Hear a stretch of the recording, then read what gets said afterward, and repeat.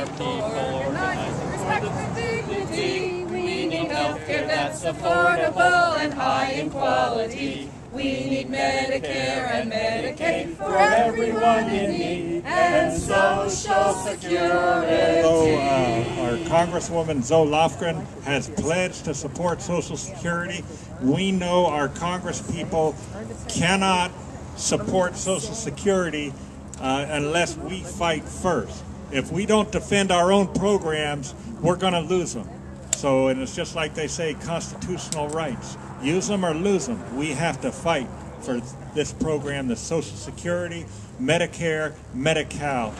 So we're gathered here to stand up for what's right. We're standing up for human rights, the right to basic subsistence, the right to housing, the right to health care, and the right to jobs for those that are able, and for the disabled, the right to live a decent life, and for the elderly and for the young people. The other thing that's important to point out, they are trying to turn our generations against each other in this debate.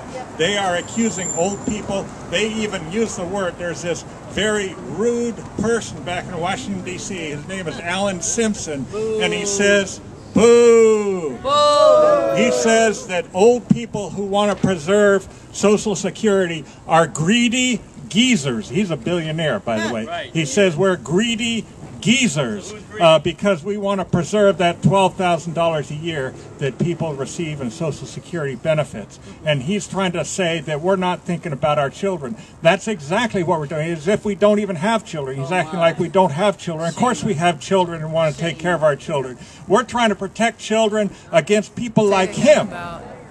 This is really tricky what they're pulling by pushing forward with this right after the election. People are tired. They worked hard on the election. When kids are doing their finals, everybody's worried about, starting to do the holidays, right? This is a time, the lame duck session. It's a time when nobody's really paying enough attention, which is why we're doing this today. I don't like the way that the government, the people who are funding, the people who are getting elected, and the people who also fund the media are constructing this argument.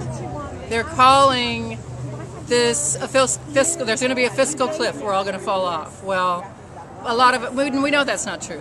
The only cliff that's happening is that grandma and the kids in the strollers and hungry people and poor people are being thrown off the cliff. That's the only cliff that's happening.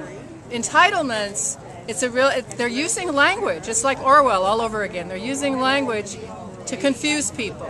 So they're calling it entitlement reform. And those two words just don't make any sense if you really look at them.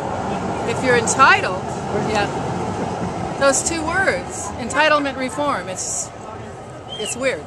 If you're entitled, that means you worked for it. In the case of Social Security, I worked my whole life. I bought into the deal, I paid into Social Security out of every check, and I am entitled to it because I paid for it. Silicon Valley Independent Living Center, right up the street at 2202 North 1st, serves people with disabilities throughout Santa Clara County. And guess who will be the first people to be thrown off the fiscal cliff? Yep, people with disabilities who derive most of their income from Social Security, who get their health care through Medicare or Medi-Cal or both. Off we go. Yeah, there you go. Picture Alan Simpson in his bow tie and suit jacket pushing someone in a wheelchair off of the fiscal cliff. That's really the only image that you need to have. Without these benefits, some people will find it impossible to continue living at home. They're going to be shoved into nursing homes, which will actually cost taxpayers more, but it'll make a profit for someone. Organize together, united we can stand forever. We're people organized for action, together